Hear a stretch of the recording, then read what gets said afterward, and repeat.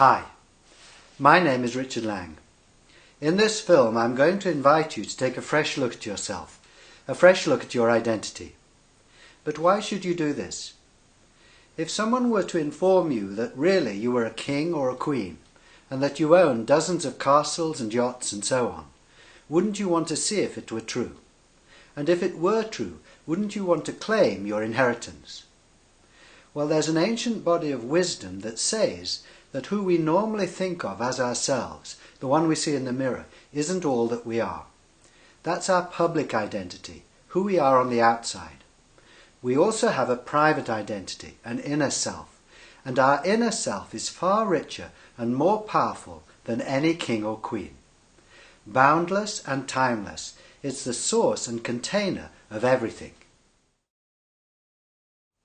According to this ancient wisdom, the purpose of life is awakening to our private identity, our inner self. Looking steadily within at our divine nature, we claim our inheritance, eternal peace and unfading joy. Remaining open to this infinitely wise, loving and creative source within us, we find ourselves blessed in countless ways. In this film, I'm not going to ask you to believe this ancient wisdom. Instead, I'm going to invite you to carry out experiments that test it, so that you can see for yourself if this claim about who we really are is true or not.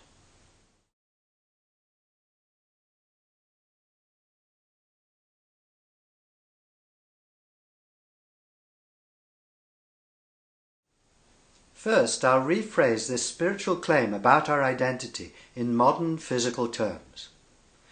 What we are at center, at zero distance, is nothing like what we are from, say, 4 feet away, or from any range in fact. Science accepts this idea. What things are depends partly on the range of the observer. You're looking at me from a few feet away. From there I'm human, I'm Richard. But if you were to come up to me using microscopes, you'd leave Richard behind and come to a layer of cells. And coming closer, you'd come to a layer of molecules, and then atoms, particles, and so on, down to practically nothing at all. In other words, we have layers like an onion. If instead of zooming in towards me, you were to zoom away from me, then you would view other layers of me. Moving away, you'd find that Richard would be replaced by London, and then by England, then by the planet, the star, the galaxy, and so on. Here's a diagram of these outer layers. We need every one of our layers to exist. To breathe, we need not only our lungs and the cells and molecules that make up our lungs, we also need the rest of life, the atmosphere, the sun, and so on.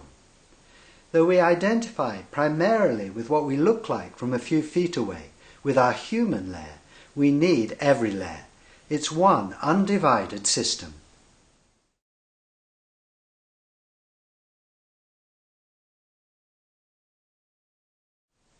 Who or what is at the center of all these layers, right at the heart of this worldwide system? Who am I right here? Who are you right there? In other words, who are we really? Others can tell us what we are from a distance, but they cannot tell us what we are at center simply because they cannot get here. Others always remain outside us, distant from us. But each one of us is at our own center. So each one of us is perfectly placed to see what we ourselves are at center.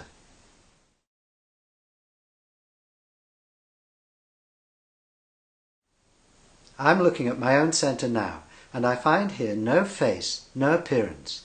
Instead, I find boundless transparency, aware space full of the whole world. I cannot show you this space. Whenever you look at me, you'll always find something here. At that range you can see my face.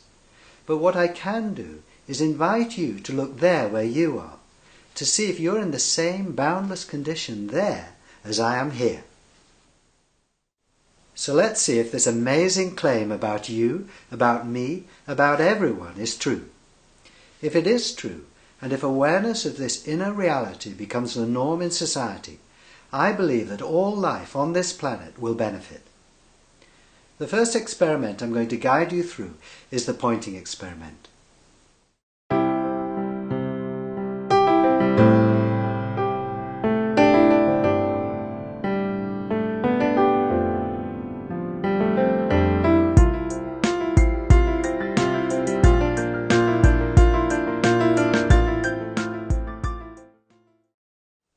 In the pointing experiment, we begin by directing our attention outwards, observing that everything we see has shape and colour.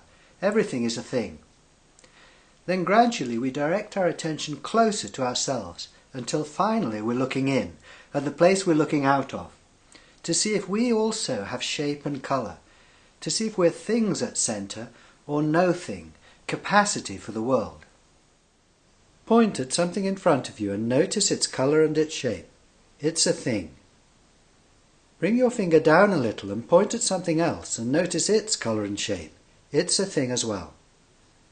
Now point down at the floor. I can see shades and patterns there in the carpet. Now point at your foot and notice its colour and shape. It's a thing as well. Bring your finger up your body and point at your knee. You can see the colour and shape of your knee, another thing. Bring your finger further up and point at your torso. Observe the colours and shapes there. It's a thing as well. Now bring your finger out in front of you and point back at the place where others see your face, the place you're looking out of. What do you see here? Do you see your face? Do you see your eyes, your cheeks, your mouth? Do you see any colours or shapes here? Do you see anything here at all? I'm not asking you what you believe is here. I'm asking you to put aside belief and take a fresh look. Rather than what you think is here, what do you see here? Or not see, in fact? Here's my experience. Looking in, I don't see my face. I see no eyes here, no cheeks, no mouth, nothing at all. Or to put it another way, looking in, I see emptiness. This emptiness is boundless, still, awake. I'm now seeing what I am at centre, what I am from my own point of view, what I am privately.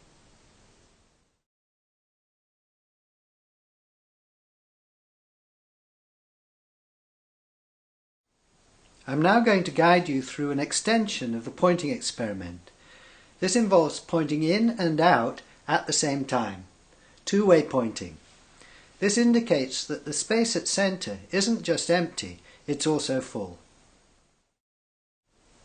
Looking in, I see the emptiness here at my centre, but I cannot see this emptiness without at the same time seeing what's filling it, my view out. This emptiness is now filled with my hands, the room beyond, and with various sensations, sounds, thoughts and so on. I find no boundary between the space here and the world there. My faceless consciousness merges with and becomes the world. Privately, I am the world.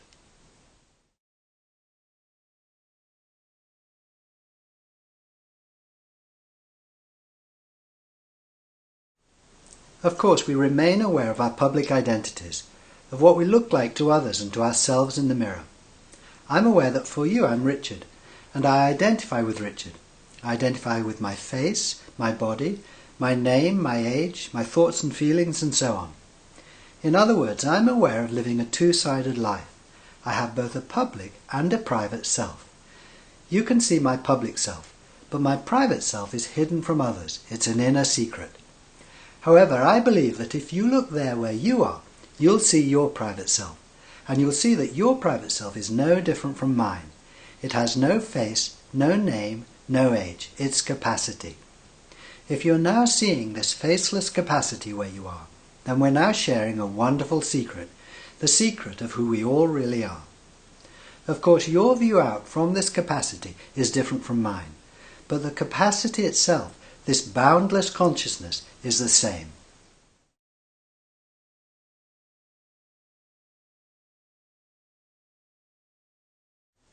Seeing that privately your space for the world is a different view of yourself from the normal view, the view of yourself from outside, the view of yourself as a person. Because not many people are yet aware of their private identity, then in a sense it's a new thing, though of course it's not new at all. We've always been this aware emptiness, and throughout history many people have spoken about it. But if you haven't been aware of it, and then you come across it, it's normal to question whether or not this view is valid and true. For example, I can't see my face here, but I can see it in the mirror. Doesn't that prove that I have a face, that I'm not capacity at centre, I'm a person? There are also other questions that come up. Alongside questions about whether or not this view is valid and true are questions about its usefulness. If I remain aware of my private identity, what difference will it make in my life and in society? We'll begin looking into these questions in part 2.